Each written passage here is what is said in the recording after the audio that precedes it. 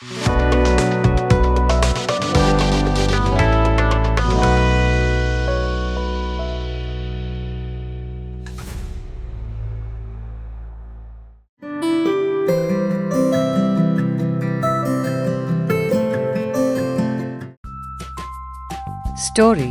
The Tortoise and the Hare. In India, most of them can be traced back to Buddhist times and are known as Jatak tales. They are associated with the nativity of Gautam the Buddha. The doctor's short dissertation had a strange effect on the tortoise. He reverently closed his eyes as if in deep meditation.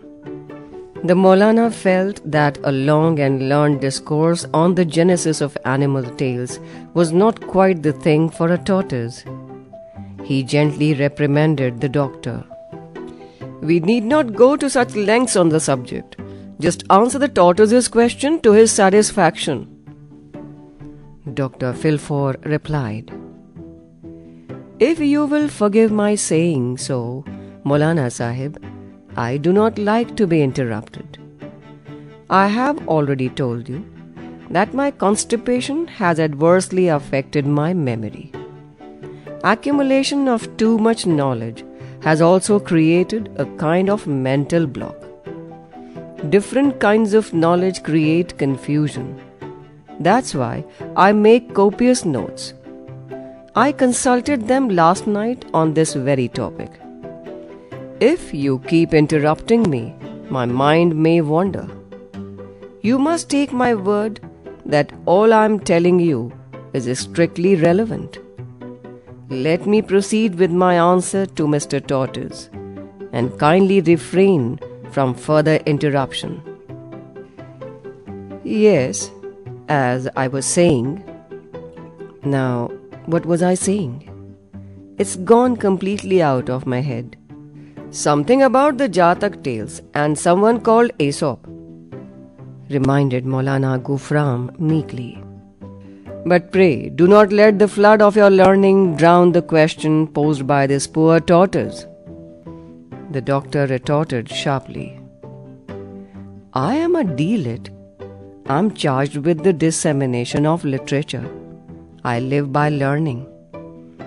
If I were to tell you all I know of the genesis of folk tales or even of animal tales, you could blame me.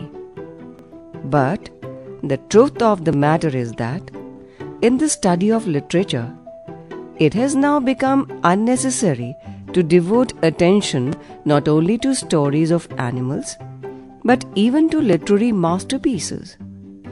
It is the duty of scholars to trace problems back to their very beginnings and decipher hidden meanings of value to individuals and to society.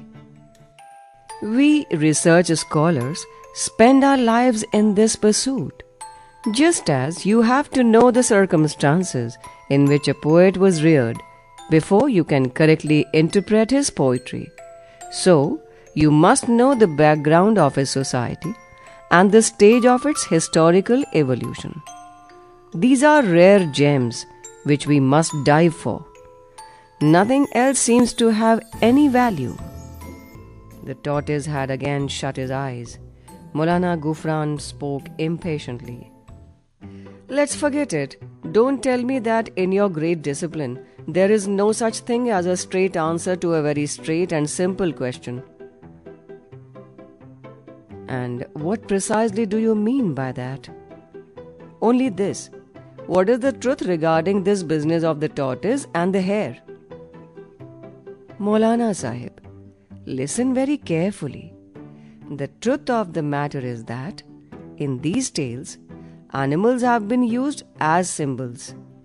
Virtues and vices are clothed in animal form. For example, lion for courage, wolf for greed, fox for deceit, lamb for innocence. They have a powerful impact on the undeveloped minds of children. They are put in comic situations which are particularly fascinating to the young." "My dear doctor, I am most impressed by your learning and diction. replied Maulvi Gufran sarcastically. But how long do you expect us to be lost in the maze of your knowledge and argument? Pray, tell us in one single word who won the race, the tortoise or the hare? Sir, there is always a tale within a tale. There is neither victor nor vanquished. As the tale is told, the hare lost and the tortoise won. But there were many preconditions to the race. In the course of the race, the hare fell asleep. The tortoise was on the move all the time. If the hare is the symbol of speed and the tortoise of the absence thereof, the outcome would be all too obvious.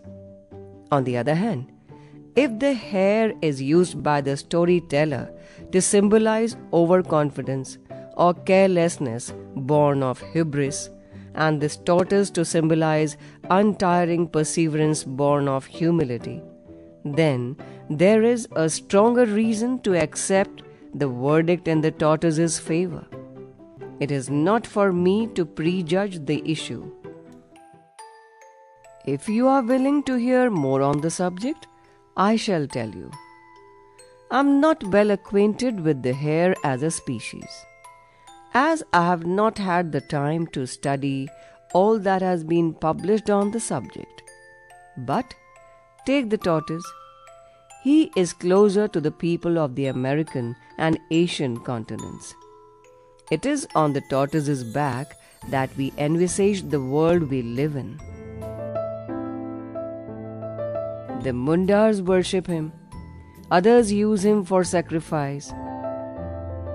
In Madagascar and Java, people believe that if a tortoise is forced out of water, there will be a typhoon.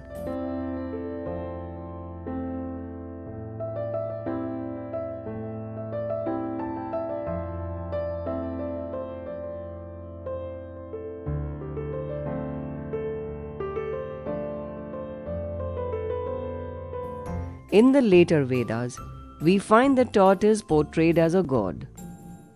In the Yajurveda, the tortoise becomes the ruler of the seas.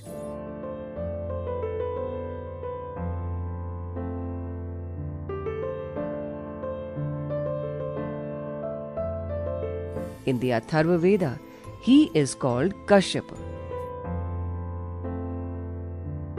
He has all the qualities of self-procreation. He is Swayambhu, self-generator.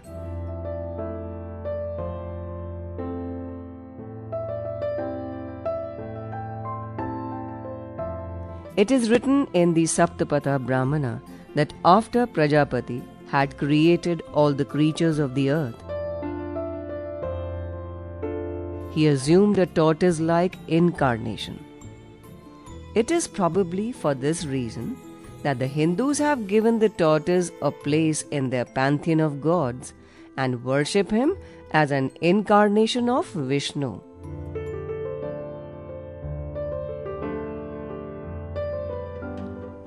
Maulana Gufran looked impatient. The doctor raised his finger to warn him against further interruption and continued with his discourse. You may not know that the ancient Chinese read celestial messages from the shell of the tortoise. Celestial messages? You mean from the heavens? God forbid. That's right. They read messages from the skies in the tortoise's shell. And in order to do so, they used a special variety of ink. The poor tortoise, however, had to sacrifice his life in the cause of this heavenly knowledge because he had to be deprived of his shell. As for the ink, it has a fascinating tale of its own. If you like, I can tell you all about it as we walk back home. For God's sake, no. I've had enough of the past. And now you want to bring in this business of ink?